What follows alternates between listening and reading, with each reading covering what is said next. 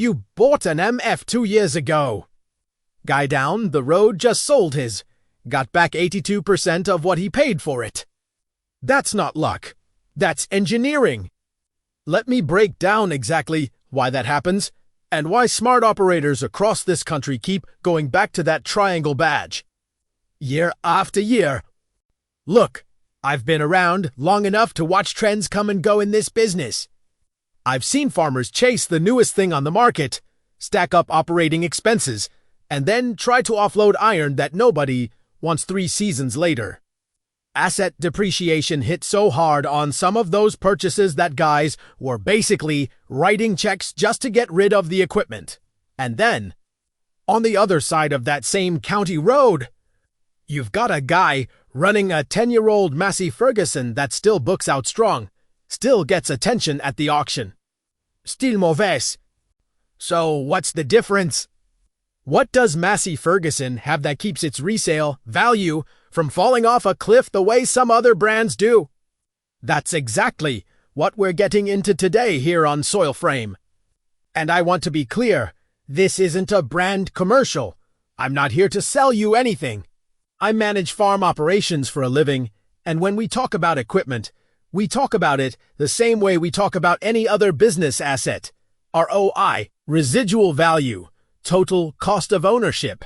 That's the language. So let's use it. First thing you need to understand is that resale value doesn't start at the auction block. It starts on the factory floor. It starts with how a machine is designed and built, and Massey Ferguson has over 170 years of mechanical history behind every tractor that rolls out of that line. Now, history alone doesn't mean anything if the engineering doesn't hold up. But in this case, it does.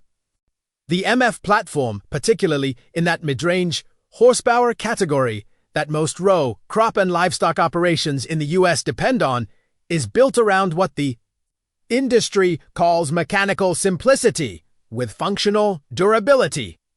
What that means in plain English is this: the systems are robust, the components are proven, and the failure points that plague more complex machines just aren't there in the same numbers.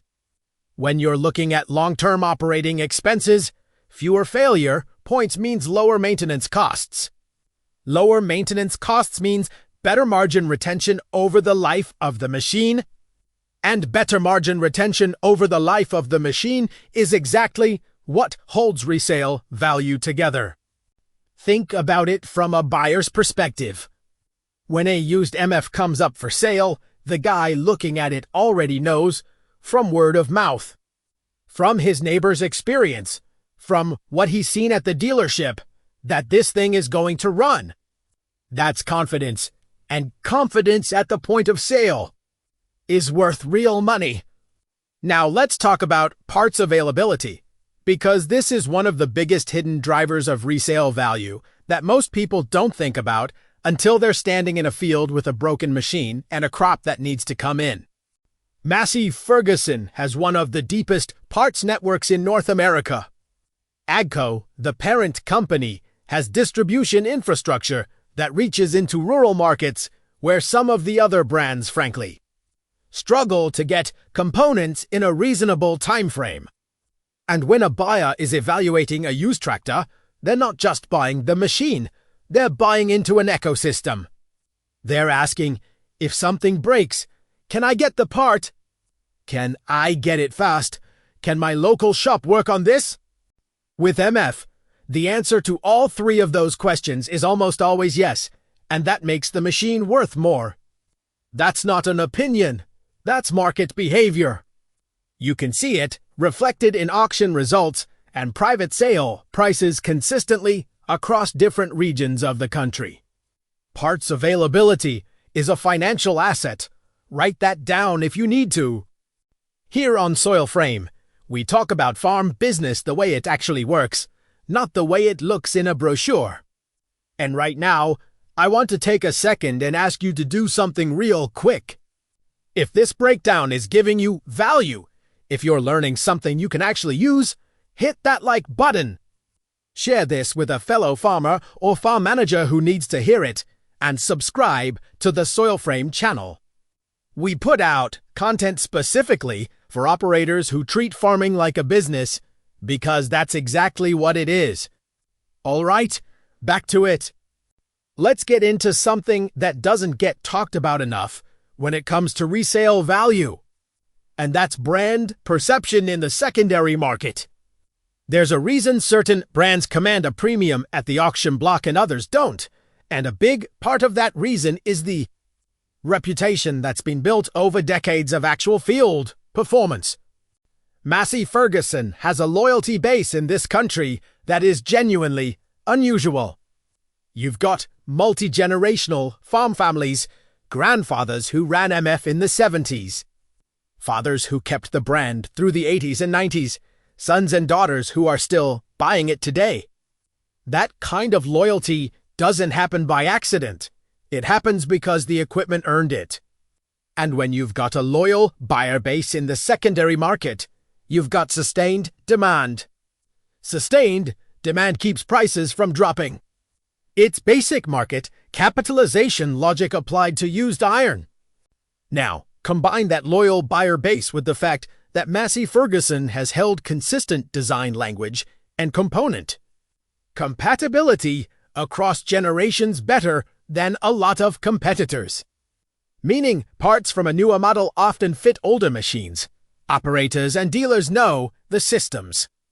The learning curve for service and maintenance is low. That's a real advantage when you're trying to move a used machine. A buyer who already knows the platform doesn't need to be sold on it. He just needs a fair price and a machine that checks out. Let's talk about the horsepower segments where MF really holds its value strongest. Because it's not uniform across the entire lineup, and if you're thinking about this from a fleet management standpoint, you need to know where the sweet spots are. In the 100 to 200 horsepower range, your utility and mid-size row crop tractors. MF consistently performs well in resale. These are workhorses. They're used for everything from tillage to baling to loader work, and there's always a market for a well-maintained machine in that range. The MF 5700 and 6700 series in particular have shown strong residual value in that segment because they hit the right balance of capability and operating cost.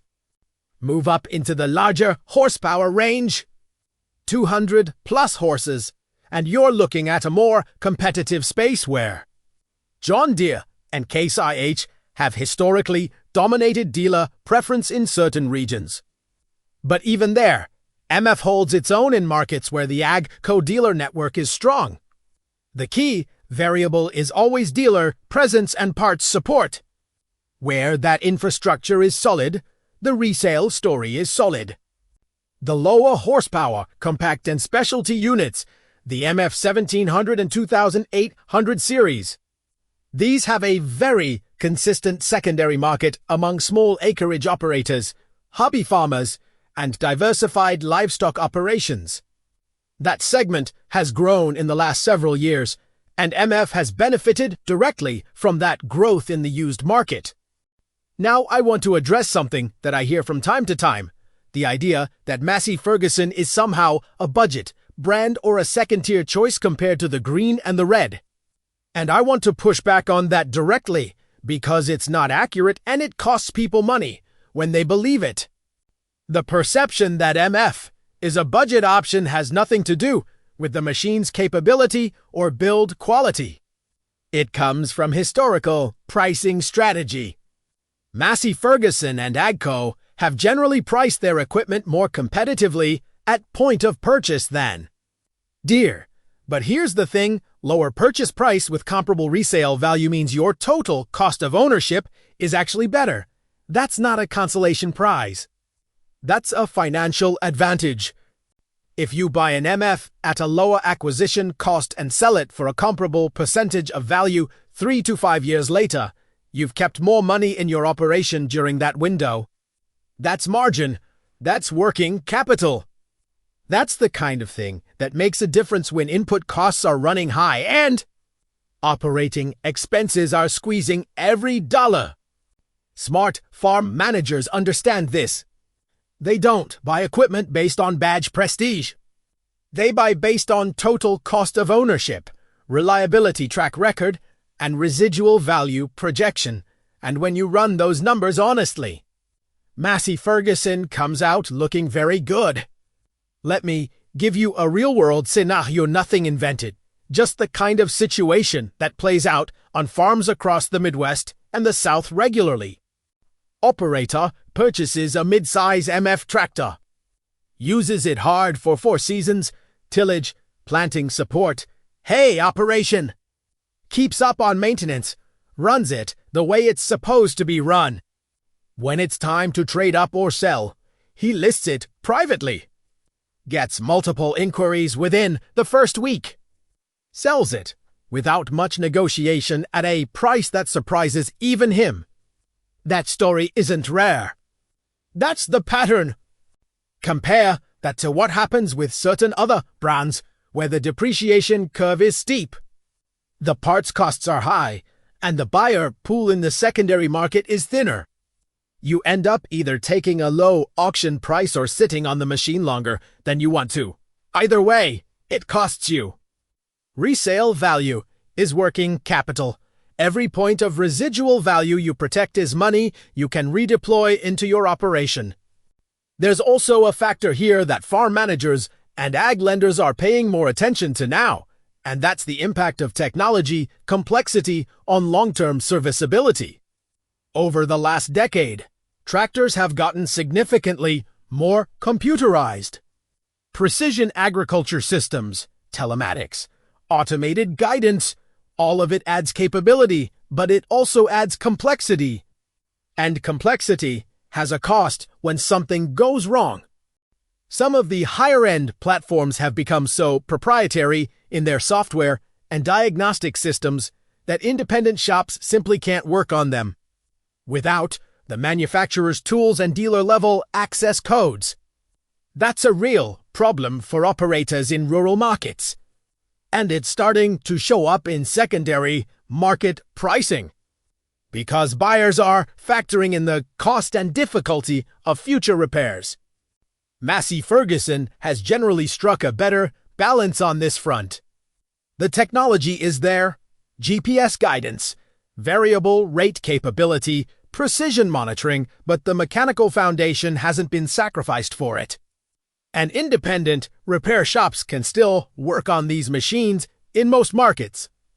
That maintainability translates directly into resale value because it expands the buyer pool. More buyers means stronger prices. Before we get to the final piece of this breakdown, I want to mention something that SoilFrame is built around, and that's giving you information. That's actually useful for running your operation, not just content that sounds impressive. Every video we put out is designed for the person who's making real decisions about real money. Equipment purchasing, fleet management, crop input strategy, financial planning, that's our lane. If that's what you're looking for, SoilFrame is where you need to be. Make sure you're subscribed so you don't miss what's coming next. All right, let's land this thing. The bottom line on Massey Ferguson resale value comes down to 5 factors that work together. And when you understand all 5, the picture becomes very clear. 1. Engineering reliability that reduces operating expenses over the life of the machine. 2. Parts availability and dealer infrastructure that gives buyers confidence. 3. A loyal secondary market that creates sustained demand and supports pricing. 4. A purchase price that's competitive enough to give you a built-in financial advantage even before the machine turns a wheel. And 5. Mechanical accessibility that keeps the buyer pool wide and repair costs manageable. None of those 5 things happened by accident. They're the result of decades of decisions by the manufacturer, by the dealer network, and by the operators who kept running MF and kept telling their neighbors it was worth it. Now, Does that mean MF is the right choice for every operation? No. There are situations where a specific dealer relationship, a specific technology requirement, or a specific horsepower need points you in a different direction. That's fair. Farm management is about making the right call for your operation, not following somebody else's playbook.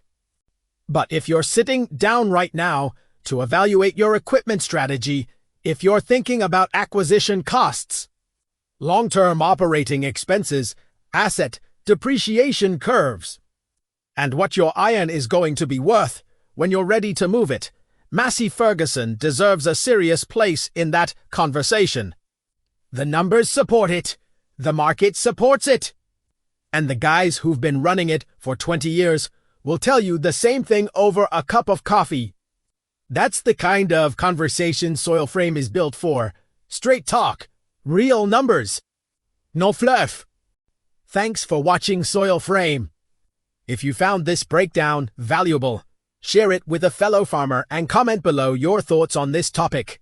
See you in the next one.